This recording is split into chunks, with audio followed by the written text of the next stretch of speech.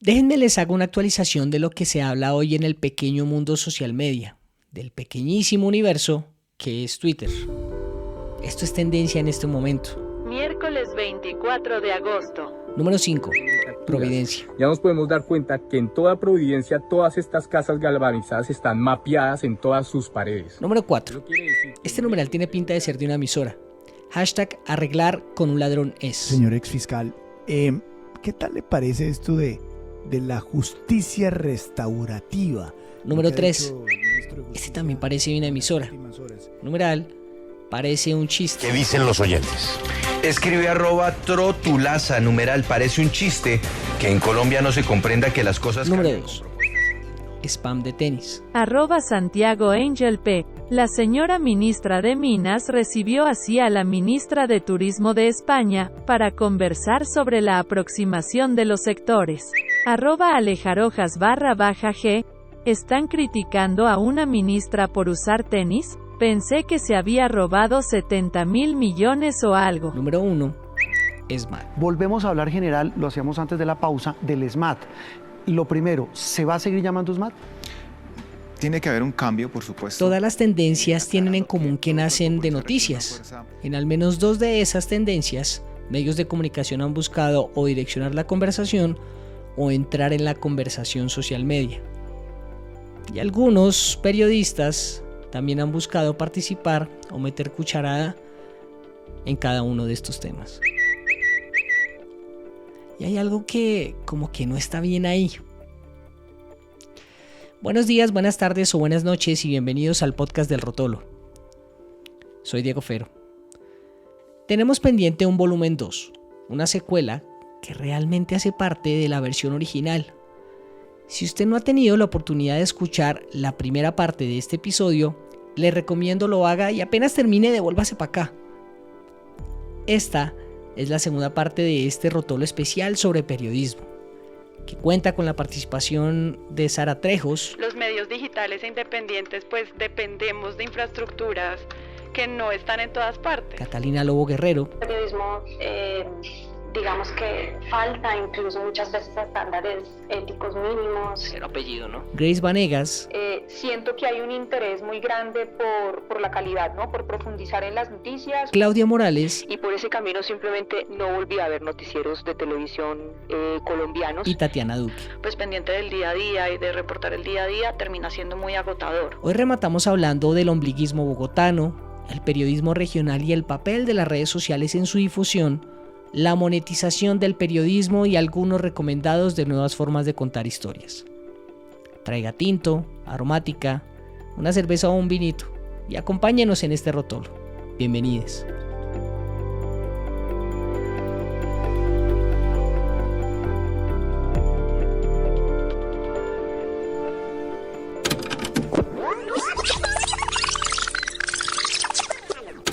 Hay como una burbuja digital también ahí dentro del mismo periodismo.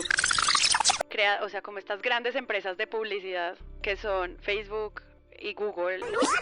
Y la forma más efectiva para llegarle a la gente en los municipios del litoral pacífico era Facebook.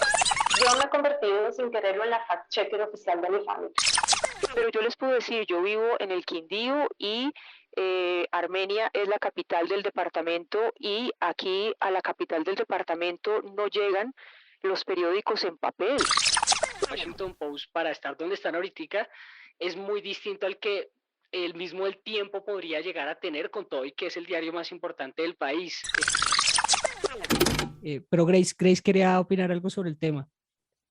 Sí, digamos, quería mencionar uno a propósito de lo que ya estaba diciendo Sara, también un poco ligado aquí el tema de la importancia de saber identificar ese buen periodismo y que esa es una tarea que no es exclusiva de nosotros como periodistas, consumidores frecuentes o casi que permanentes de información, sino también de la propia audiencia, ¿no? Porque muchas veces se cae en el error de replicar información superficial que no tiene ninguna importancia o que incluso trasciende a un tema de propaganda que es cuestionable desde muchos puntos de vista y la gente termina replicándolo en un ánimo a veces de cuestionar o criticar, y creo que eso también conlleva precisamente a darle más visibilidad a ese tipo de información. Creo que es válido reflexionar al respecto y tratar de hacer mucho más visible lo que consideramos que puede llegar a ser buen periodismo. Y algo más que quisiera agregar es que justamente se mencionaba allí en el artículo que compartió Catalina y en esos mismos datos del Instituto Reuters,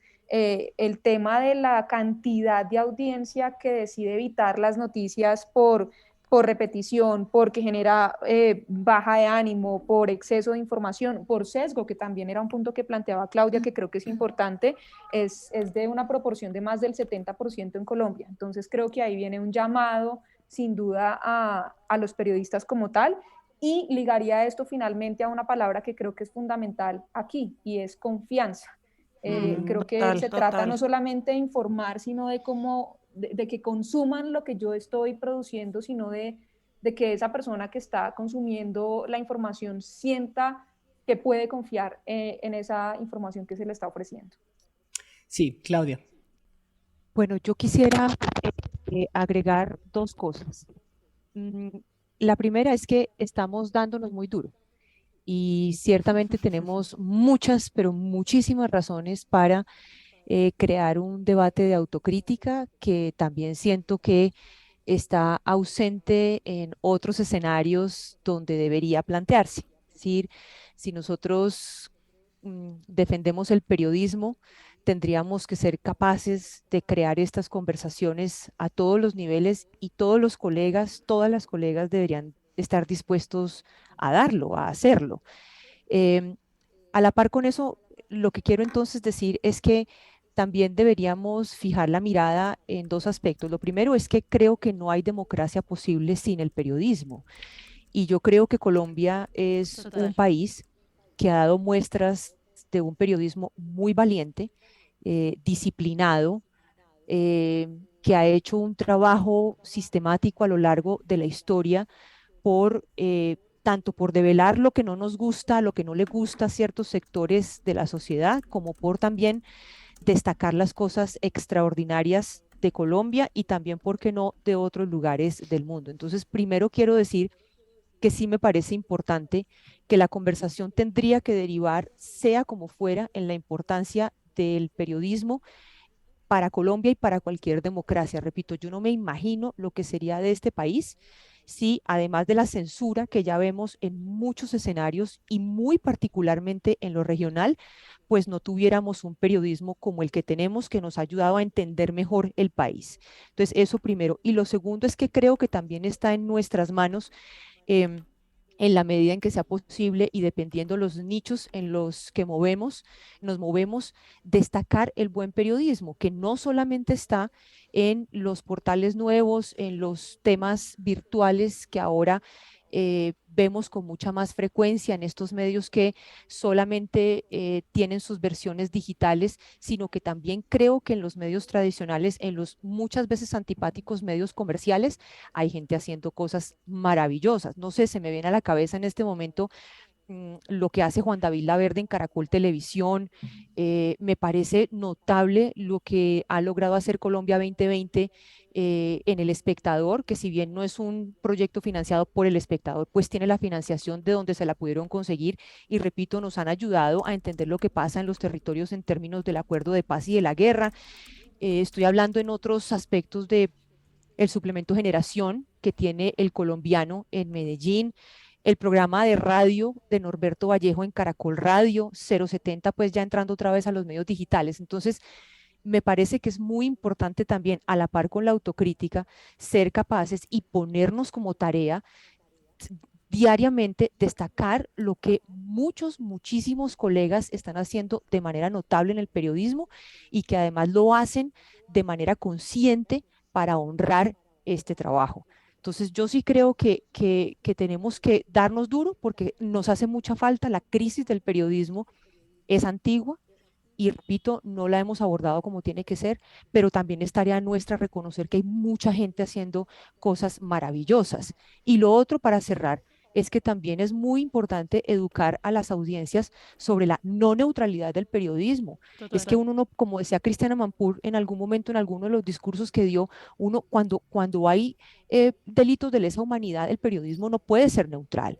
Eso también hay que explicárselo a las audiencias. Tenemos que empezar a educar a las audiencias desde nuestro trabajo y desde lo bien que otros colegas están haciendo el trabajo del periodismo. Sí, tan bonito eso. Sí, no, y muy cierto, porque creo que esa conversación la hemos tenido en privado con Tatiana, pero es verdad que es importante, sobre todo en algunos hechos muy claros en donde el equilibrio es imposible, y hablar de periodismo objetivo pues es imposible también porque somos seres humanos, al final vamos a ser subjetivos, sí se necesita tomar una posición. Quiero hacerles una pregunta sobre verdad, pero Catalina Diego, tiene algo. Vas a hacer un episodio completo sobre periodismo activista, me encantaría. Perdón, yo digo una cosa, me parece que es importante hacer la diferencia entre la objetividad y la neutralidad.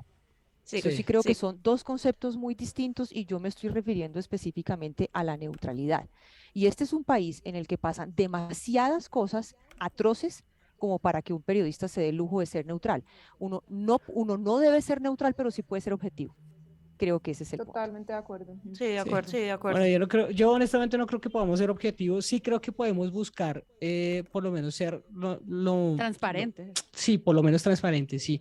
No, creo que es un tema de rigor, o sea, es un tema de rigor, sin duda, y eso no puede faltar, incluso cuando uno conscientemente sepa que no hay lugar a neutralidad, por lo que dice Claudia. Cuando se trata de un tema de derechos humanos, yo comparto plenamente que justamente el rol del periodismo es dar a conocer y visualizar de la forma más directa y clara esas situaciones que se puedan llegar a presentar, pero el rigor siempre aplica, ¿sí? Eso sí creo que siempre aplica y siempre forma parte esencial del periodismo, sin duda. Exacto, sea usted de derecha o de izquierda, debe haber un rigor periodístico que al final es lo que la gente debería recibir. Catalina quería interpretar también sobre el tema. Sí, yo estaba escuchando a Claudia y ella hablaba de la necesidad también de formar audiencias y de educar a la gente, y estoy de acuerdo con ella que sin el periodismo que hay, incluido el de los medios de comunicación tradicionales, donde hay buenas prácticas, yo no soy de las que piensa que es que no hay que ver noticieros, es que no hay que ver ni Caracol ni RCN, no, ahí también hay gente que hace su trabajo bien, y eso pasa también como por otra conversación, que también es las condiciones laborales y las condiciones, digamos, de horarios, de sueldos, de seguros. O sea, no, aquí en Colombia no hay un sindicato nacional de trabajadores de la prensa como sí lo hay en otros países. Los de Reuters en estos momentos están liderando una protesta mundial. El Reuters Guild de reporteros está diciendo, necesitamos mejores condiciones laborales, etcétera, pero aquí nunca ha habido ni nada parecido, y porque hay también como un romanticismo ligado a esta profesión que a mí me parece muy dañino y muy nocivo.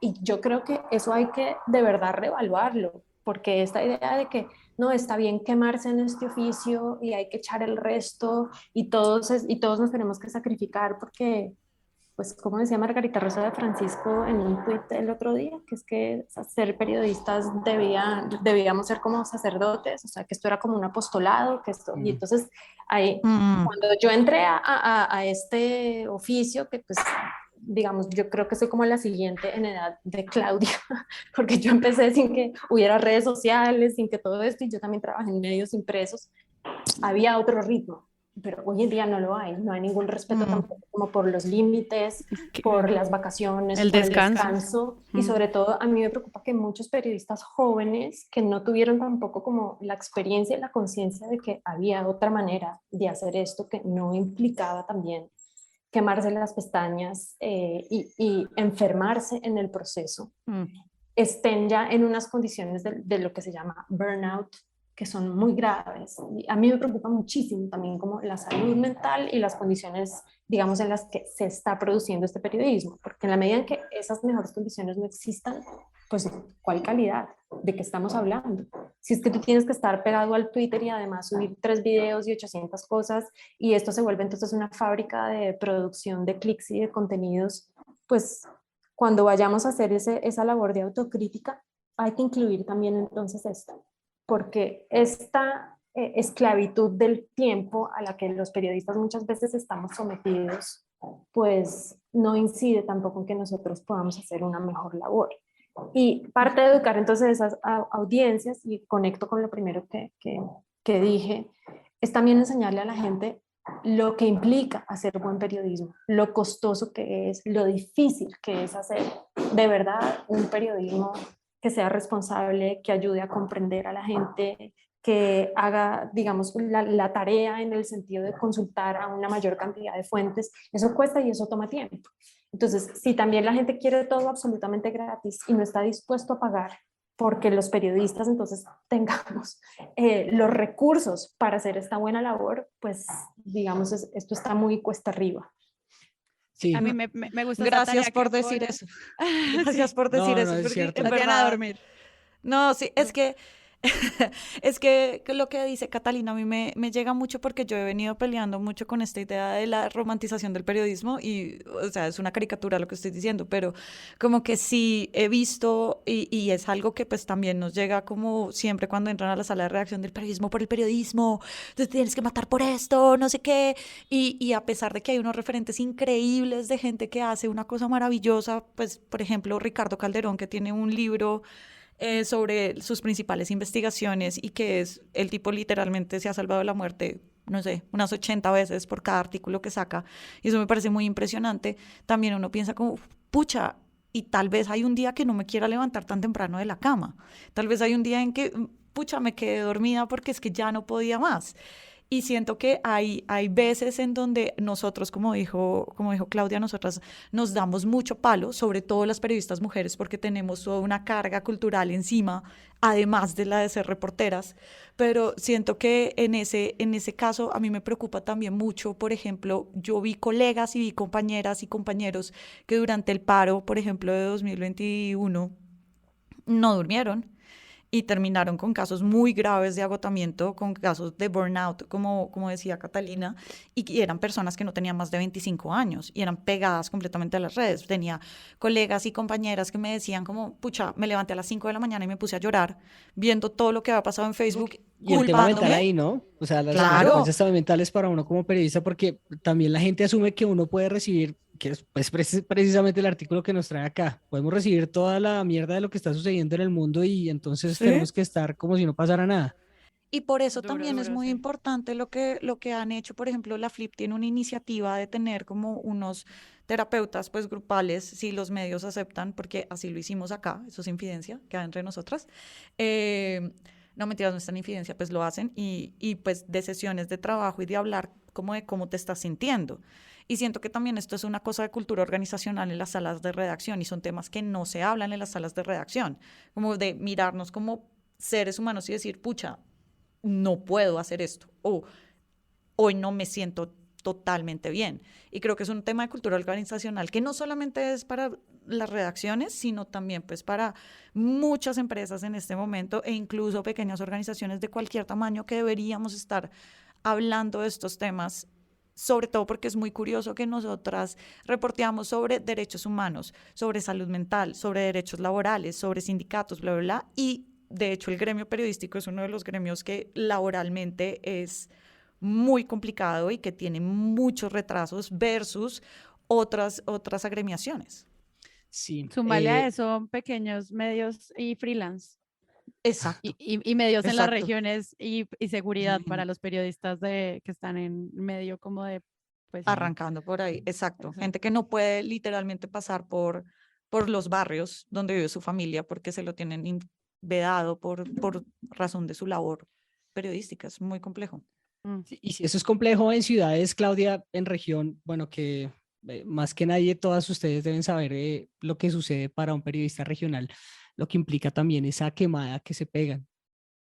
Pues mire, dos cosas que quiero decir. A propósito de lo que estaban diciendo hace un segundo, creo que Tatiana, eh, en las salas de redacción no se habla nunca de lo verdaderamente importante, pero no es porque sea exclusivo de las salas de redacción. Creo que en un país mojigato muy conservador como es Colombia, de lo importante nunca se habla. Es decir, ni en la mesa de la casa, ni en un hospital, ni en una sala de redacción, ni en los organizadores de una feria del libro, ni en ninguna parte. Nosotros no somos capaces y no estamos educados para hablar del amor, ni de la muerte, ni de la tristeza, mucho menos de la enfermedad mental. Así que creo que esa es una reflexión mucho más amplia y profunda que debemos hacernos como sociedad y sobre todo cuando tenemos el rol de padres de familia. Creo que desde ahí arranca mucho de lo que luego padecemos siendo grandes en las universidades o en los trabajos. Eso digamos que me parece importante dejarlo allí. Lo segundo es que sí, en las regiones, yo, como les decía, yo vivo en el Quindío, vivo en una vereda, en un municipio que se llama Circasia.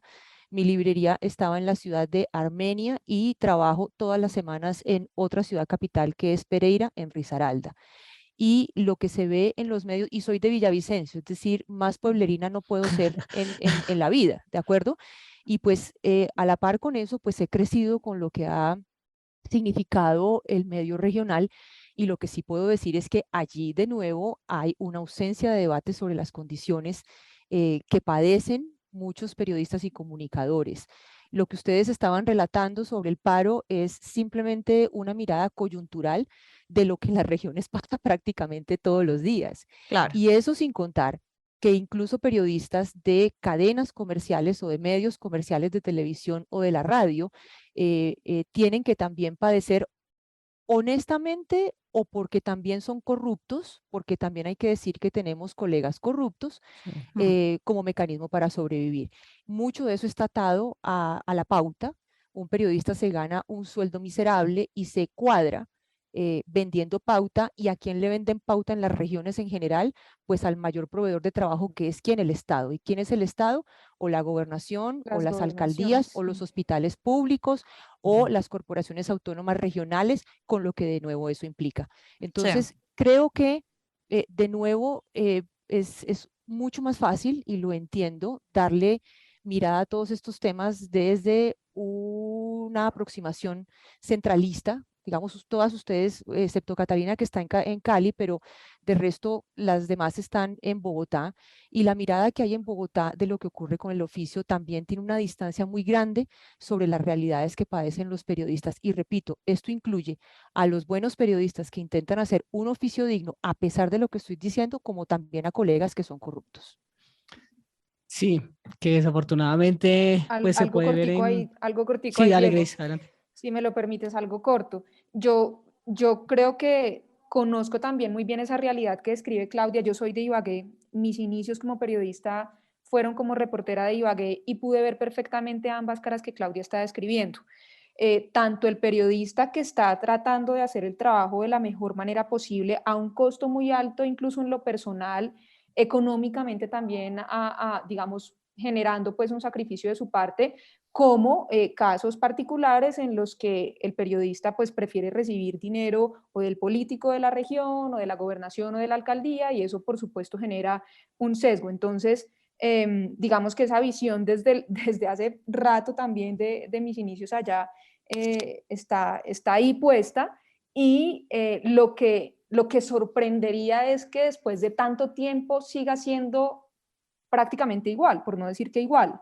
Entonces ahí es donde vendría la pregunta de, bueno, ¿y esto cómo cambia o cómo se transforma? Porque entonces estamos teniendo conversaciones sobre unos panoramas que no son actuales, sino que vienen desde hace mucho rato y siguen exactamente igual. Sí. Bueno, ya para ir cerrando, sí había una pregunta que no quería que se me quedara, porque me parece que de alguna forma todas ustedes lo han mencionado en algunas de sus intervenciones. Por supuesto, el tema de regionalismo también le pasa mucha factura al país, pero también siento que estamos en un momento en donde en todo sentido la institucionalidad pareciera que estuviera en entredicho.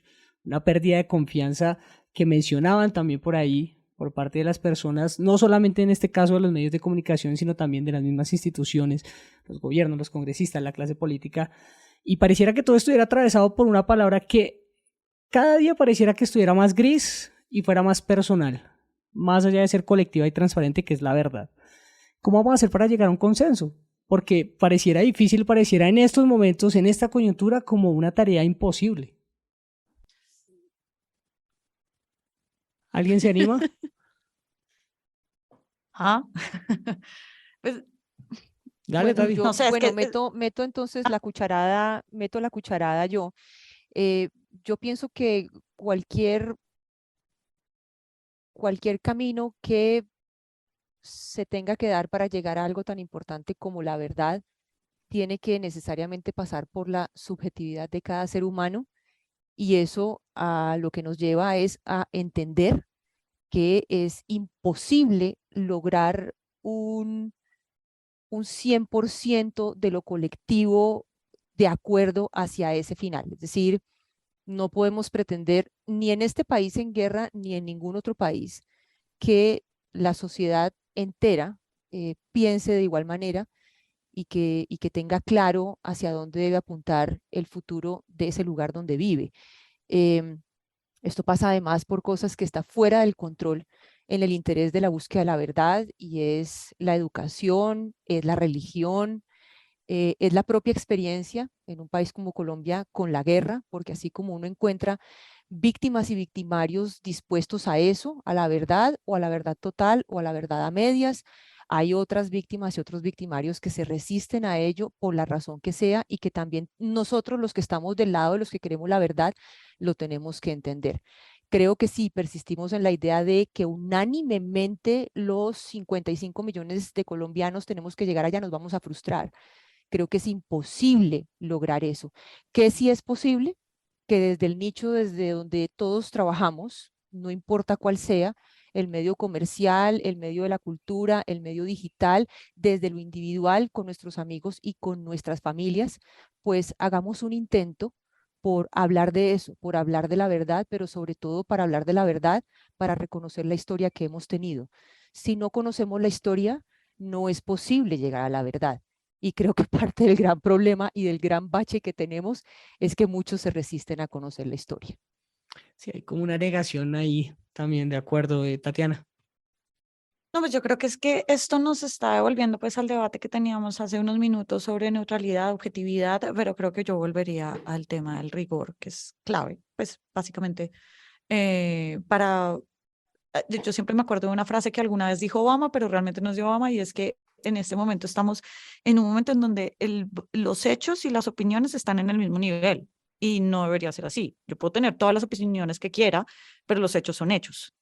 Y creo que hay una parte de la labor periodística que tiene que volver a esas raíces de estos son los hechos, estos son los datos y este es el rigor de los datos. Y creo que, digamos, hasta que no tengamos una posición desde ahí, es complejo llegar a consensos. Eso no quiere decir que no tengamos que seguir haciendo el trabajo. Pero más allá, digamos, lo que nos concitó esta conversación también es, y así es como termina el artículo, la columna de opinión en el Washington Post, hay otras formas para mostrar la realidad, llamando a la acción, hablando desde microlocalidades, hablando desde experiencias diferentes o experiencias que tengan, que lleguen a la gente de una forma diferente, que sea solamente esta idea del espectáculo, del clic, de lo macabro. Y a mí me llegó mucho esa parte final de la columna puntualmente porque ya había ejemplos relativamente exitosos de cómo uno podía involucrar también a las audiencias en la creación de, no solamente de contenido, sino de la creación de los siguientes pasos después de publicar una noticia, porque yo sí siento que las noticias además no solamente termina la labor cuando se publican, sino que hay un proceso también de seguimiento. Entonces, yo creo que hay camino. A mí me gusta tener esperanza sobre lo que viene de aquí en adelante. Yo siento que los puntos de inflexión nos ayudan también a repensarnos un poquito el oficio. Entonces está bien. Catalina. Sí, yo estoy muy de acuerdo con Tatiana que es muy problemático que los hechos y las opiniones estén en el mismo nivel. Yo reivindico cada vez más la necesidad de volver a un periodismo más apegado a la reportería dura y pura y a también los trabajos de largo aliento que permitan a los periodistas de verdad hacer la tarea completa, entre otras razones porque si no, me parece que nosotros sin quererlo quizás podamos estar contribuyendo también a una polarización enorme y a una fragmentación de la realidad que es muy problemática. Y ahí estamos faltando a uno de nuestros objetivos principales, que es precisamente ayudar a comprender y a entender qué es lo que pasa. El problema ahí es que para poder hacerlo se necesita tiempo y se necesita recursos. O sea, no quedarnos tanto en los sucesos, ir a los procesos. Y para seguir de largo los procesos, pues eso no se puede hacer si estamos enfocados en el último tweet. Ese tipo de periodismo que se enfoca más como en ayudar a comprender, que suele suceder más en reportajes, por ejemplo, escritos o en documentales o en libros, y aquí también yo reivindico la importancia de escribir libros periodísticos porque permiten bajar las revoluciones y contar las cosas en otra velocidad y tratar precisamente como de ayudar a entender.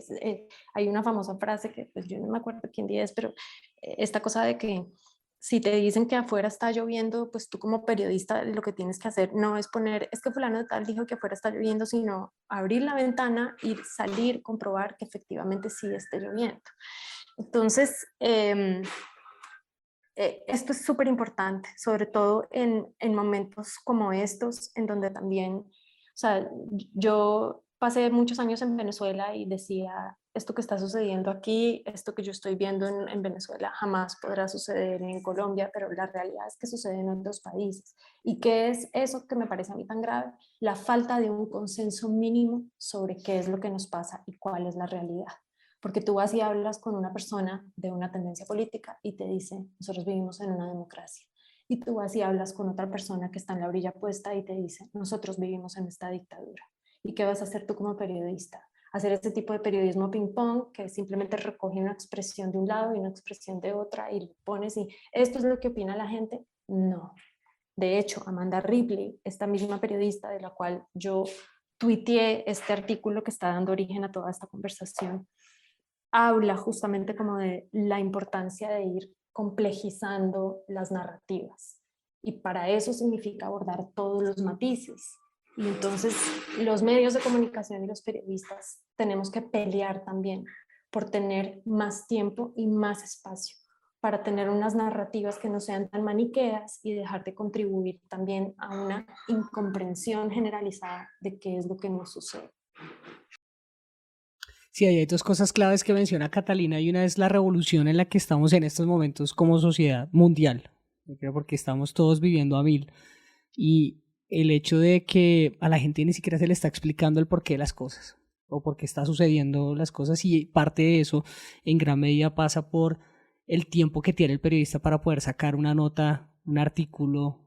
Pero una cosa más también, y es que aquí no hemos hablado del tema del impacto y del tema de la popularidad, pero siento que también los periodistas hemos perdido, digamos, un poco como cuál debe ser como el enfoque de nuestro trabajo.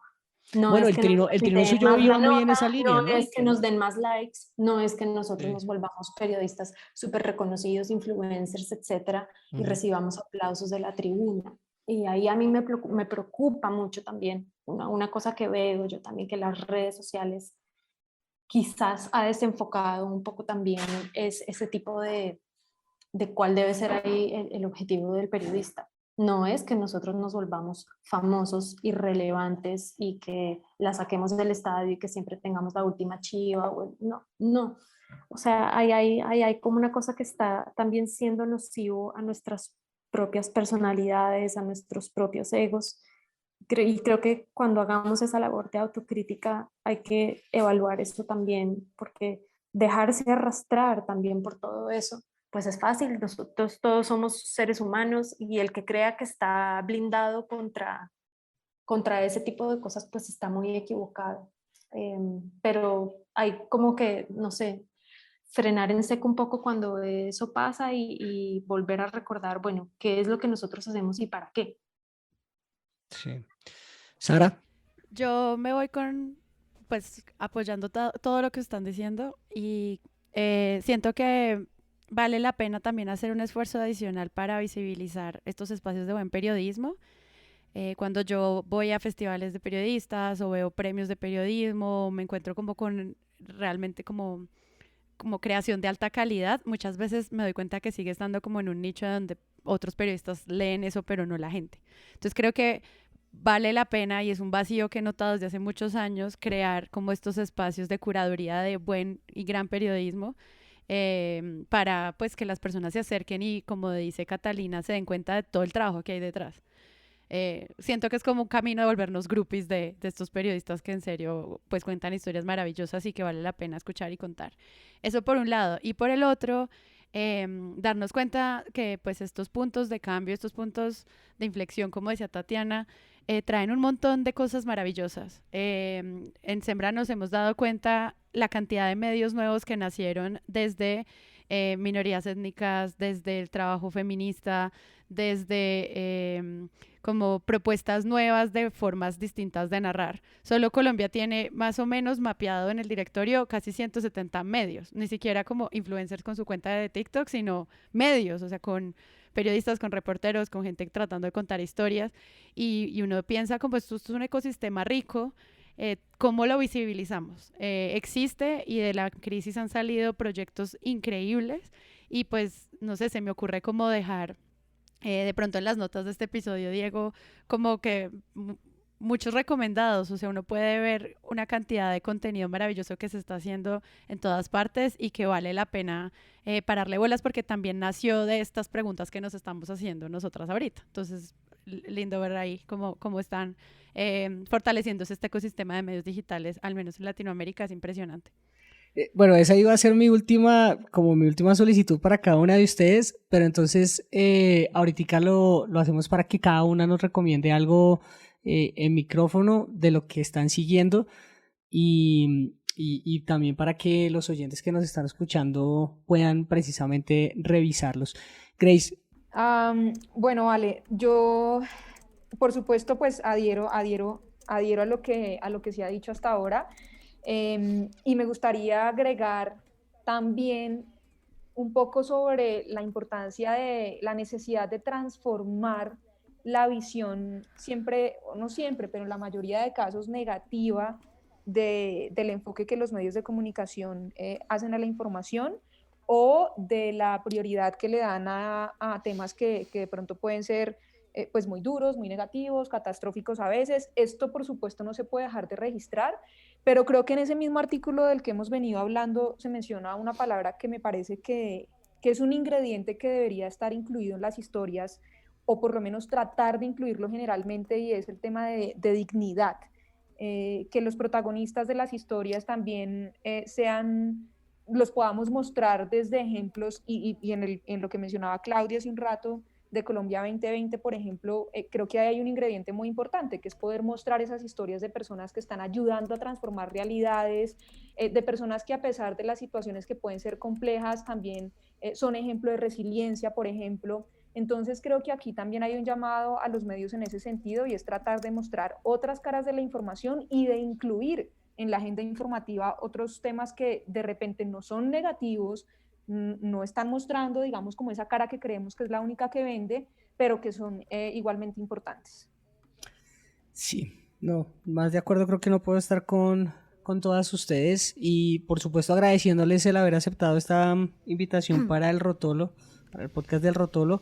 Solamente quiero que se despidan recomendándome precisamente eso, un medio que vale la pena chequear y revisar para poder ver cómo aguanta que se esté haciendo buen periodismo y periodismo de calidad aquí en Colombia, Tatiana. Bueno, además de la silla vacía, yo tenía que hacer y presunto podcast. Nosotros no somos un medio. Además de la silla vacía, presunto podcast, El País, América, Colombia. No, yo siento que hay cosas muy chéveres que se están haciendo desde las universidades.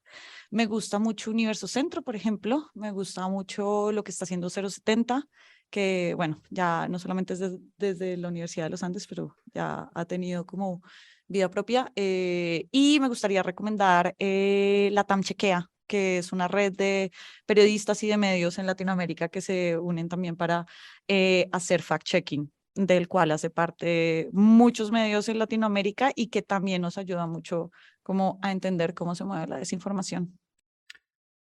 Súper. Claudia, ¿algún medio para recomendar, para revisar? Claudia mencionó ahorita varios, pero alguno de pronto con el que se quede para los oyentes. No, me parecería además antipático aterrizar en un solo medio porque precisamente la intervención en la que hablé del buen periodismo lo que pretende es hacer el reconocimiento de lo que muchos colegas en muchos medios nacionales, comerciales, independientes, digitales, tradicionales están haciendo. Entonces creo que las opciones son muy amplias y repito, creo que está en la tarea, en la disciplina de todos nosotros, en la conciencia, en el amor que tenemos por la profesión, resaltarlos cada vez que sea posible. Y cuando digo esto, no es necesariamente el medio como letrero, sino lo que un o una colega están haciendo en ese medio y que vale la pena destacar.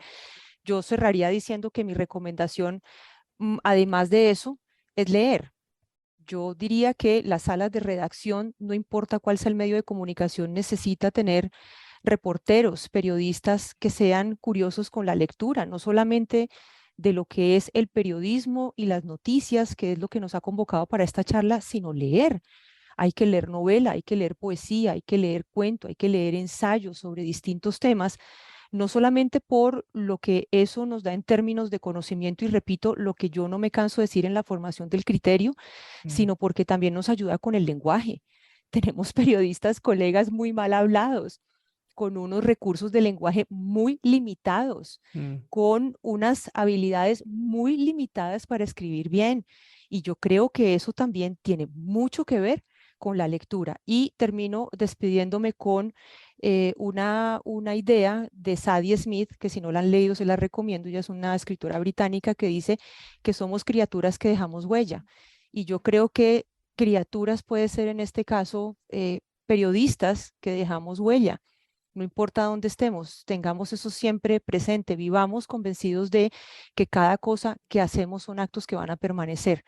Esa sería como la reflexión final. Bien, Catalina, ¿alguna recomendación de golpe que tenga ahí en mente que le gustaría dejarle a los oyentes? Pues como yo fui la que detonó toda esta vaina, y además ese mensaje mío era hablar de mi crisis personal también y decidí dejar las noticias y no voy a ser ahora hipócrita y decir, no, pues yo les recomiendo que vean este sitio y esta vaina, y pues ¿por qué no? Hay que ser un poquito coherente. Excelente. Entonces, yo me inclino un poco como simplemente por la misma línea de Claudia y sí sugiero simplemente que la gente lea más libros y entre otras cosas más libros periodísticos. Y no lo digo simplemente como por el mío y porque yo ahora estoy tratando de hacer ese tipo de periodismo de muy largo formato, lo digo por también el trabajo que implica hacer un libro periodístico, el trabajo de muchísimos colegas y hay cosas muy valiosas, no solamente también periodistas colombianos, sino periodistas de otros países, de otras cosas. Para mí los libros periodísticos a veces realmente es lo único que a mí me ayuda a entender de verdad qué es lo que sucede en alguna coyuntura específica o en algún lugar histórico. Es simplemente por eso que decía antes, o sea, la diferencia a veces entre la historia y el periodismo es que la historia sí se toma el tiempo de retratar bien y de analizar y de explicar los procesos. El periodismo no puede darse ese lujo. Entonces, la única forma a veces de entender ciertas cosas es entonces refugiarse y acudir a otro tipo de formatos como los libros, que sí te pueden como contar las cosas de una manera más reposada y también con más matices también. Entonces simplemente los libros, eso es lo que yo recomiendo. Bien, válido. Grace, se lo va a cambiar. Si no es un medio de pronto que usted recomiende, un medio que a usted le parezca que esté haciendo algo distinto y que valga la pena chequear.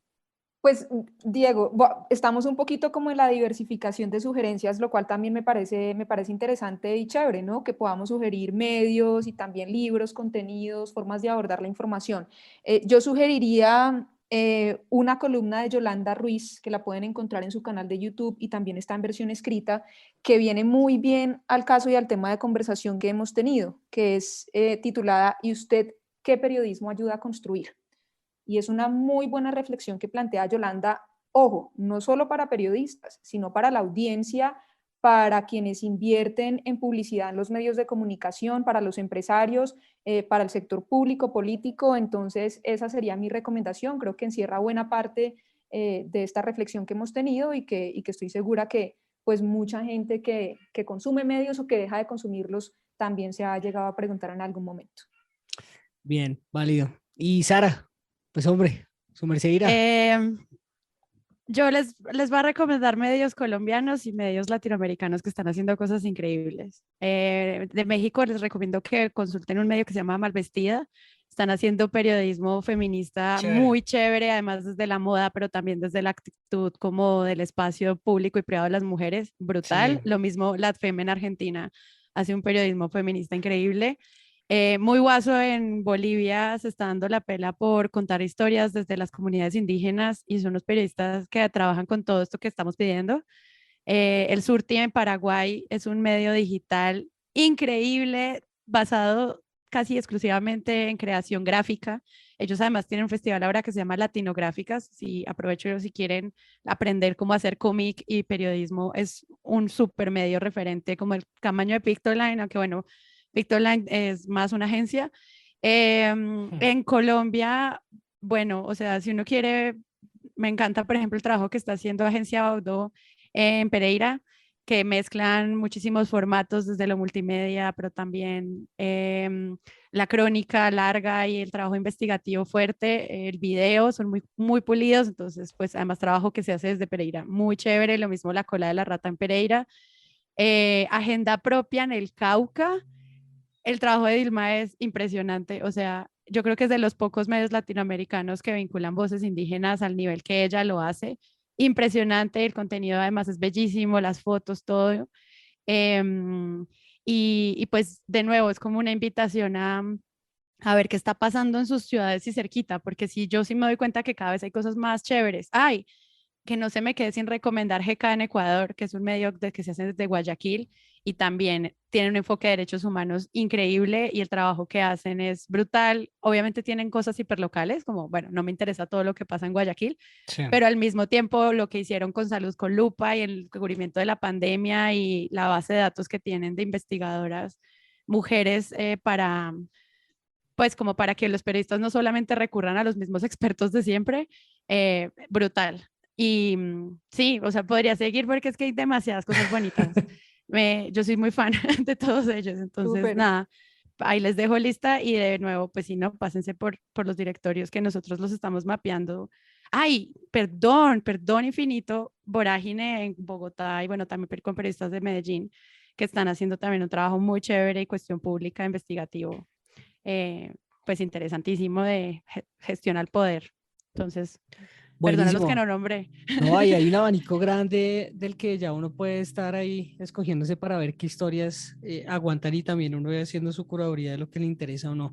Exacto. Pues a ustedes muchísimas gracias por pasarse por acá por el Rotolo, en verdad mil gracias, ojalá que esto no quede solamente en un episodio y que pueda crecer, que nos pongamos la tarea si se quiere de hacer una evaluación, no sé si semestral o anual de cómo vemos ha evolucionado o no lo que conversamos. Al final la lucha de culturas que se vive actualmente en el mundo pasa por nosotras y nosotros los periodistas, por quienes queremos contar historias que creemos importantes. El revisarnos y entender si la posición desde donde nos hacemos es o no la adecuada nos dirá si este periodismo, Qué emoción hablar de activista esto, o no, chao. partidario o no, es el adecuado. Lo cierto es que hay muchas y muchos queriendo hacerlo bien. Hay muchas y muchos cuestionando si es la forma adecuada de hacerlo. Y esto es lo más sano de cara a un periodismo ciudadano, un periodismo social, responsable y de contenido, un periodismo riguroso, un periodismo a secas.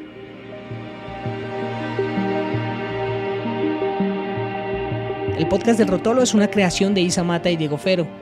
Si les gustó este episodio, los invito a que califiquen este podcast y nos dejen un comentario en su plataforma de podcast preferida. Recuerde que la mejor manera de apoyar este tipo de proyectos es con el voz a voz, con sus recomendaciones, sus calificaciones, que nos permitirán llegar a más personas, a más futuros Rotolos. Gracias por escucharnos. Nos oímos, ojalá, prontico.